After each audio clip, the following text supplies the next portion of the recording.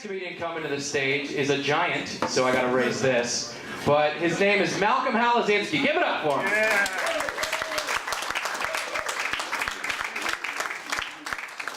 All right, guys, give it up for Danny. Yeah, hosting.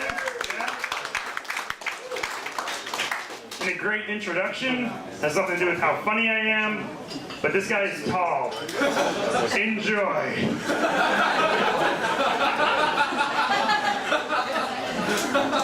And then he was like, I'm gonna have to raise this for him. And if you notice, halfway through, he's like, fuck it, and just handed the mic to me. I'm not doing that shit. Danny, you gotta put me on the show again, right? Oh well. Anyone take a trip recently? Go anywhere exotic anywhere? Anyone? Not a single person went anywhere. Someone went to Queens? What's that? That's not exotic. What? Someone said something? Bahamas? That's great. You know where I went? Philadelphia. Yep. Went to Philly. Pretty sweet. While I was there, had to get a cheesesteak. Went to Gino's Cheesesteaks. Don't know if you're familiar with Gino's. Yeah. Yeah? Go to get a cheesesteak. On the menu, I thought it was a little bit weird. They still call them freedom fries. They are taking 9/11 really hard. Even still. Another weird thing about Gino's, they have another sign in the window that says, "This is America. Speak English or we won't take your order." There's like a bald eagle flying behind it. This is what we believe in.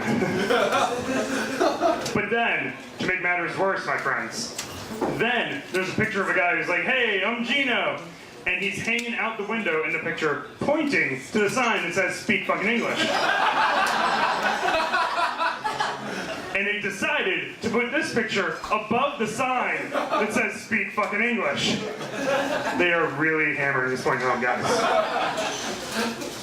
I don't understand it. I don't get it. Like, was the Muslim cheesesteak crowd that hard to handle? Like, they had to... They had to scare them away? I don't understand that. Oh, man. I think Philadelphia's racist, guys. I'm starting to realize this. I think they are. Think about that. That would never fly in New York. You could never send a sign to a business to put up and say, "Speak English or we won't serve you." First of all, half the business owners wouldn't be able to read the sign. That's a problem right there. Oh, man. I'm going to talk more about Pennsylvania. I'm from Pittsburgh. I used to work in a movie theater in Pittsburgh. Working in a movie theater, you meet a lot of interesting people. You do. Including fellow co-workers from the movie theater. And one guy was arrested at work, actually dragged out in handcuffs in the middle of a shift. And I remember, as they're dragging him out, he looks at me and goes, "Don't worry, Malcolm. We all have to go to jail at some point." Like, you have been horribly misinformed, my friend. That is not how it works.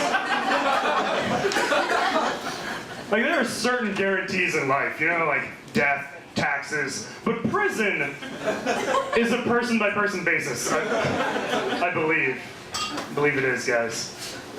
But if that's true, though, if this guy's right, I have a newfound respect for O.J. Simpson, guys. I do.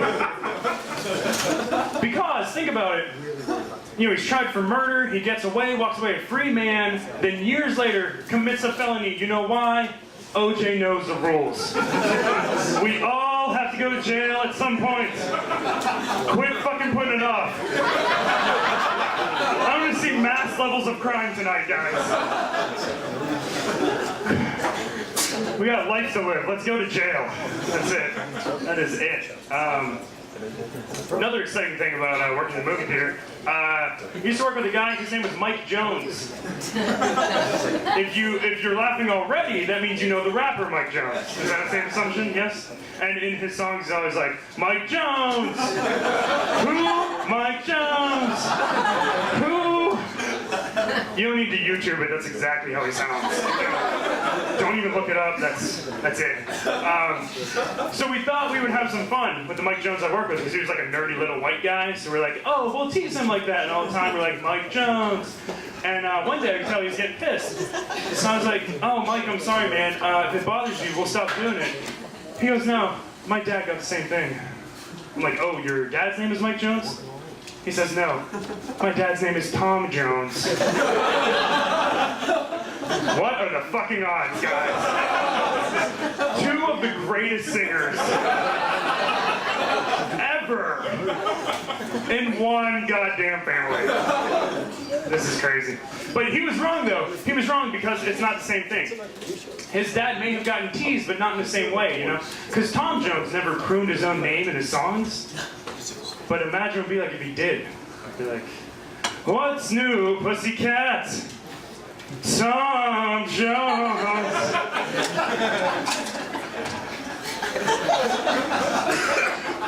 It's not unusual, it's just me, Tom Jones.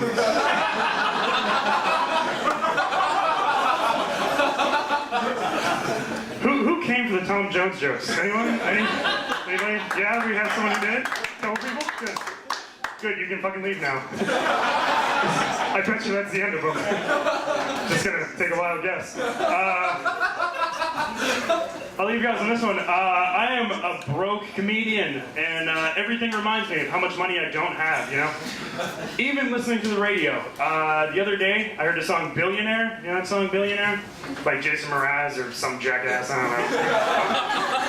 don't know. Does he even do music anymore? I don't know. Anyway, Billionaire. If you don't know, the words go, I'm gonna be a billionaire. So fucking bad. Really, $1 billion. You're gonna fucking ask for $1 billion. How greedy do you want to be? You're saying you want to win Who Wants to Be a Millionaire 1,000 times. This is just unreachable goals that you have. $1 billion, guys. My version of that song would be a lot different, right? I would not ask for $1 billion. I would be like, I want Sally Mae to stop calling me so freaking bad. That's all I need, guys. The elimination of moderate college tuition debt. That's all I need. That's it, guys. Seriously, I don't need $1 billion. I just need enough money so I can afford a different brand of frozen pizza than Red Baron. You're laughing, but I dream of the day I'm walking through the frozen food section, I'm flipping through gourmet DiGiorno's, I'm like, I made it. This is it. All right, guys, that's my time. Thank you very much.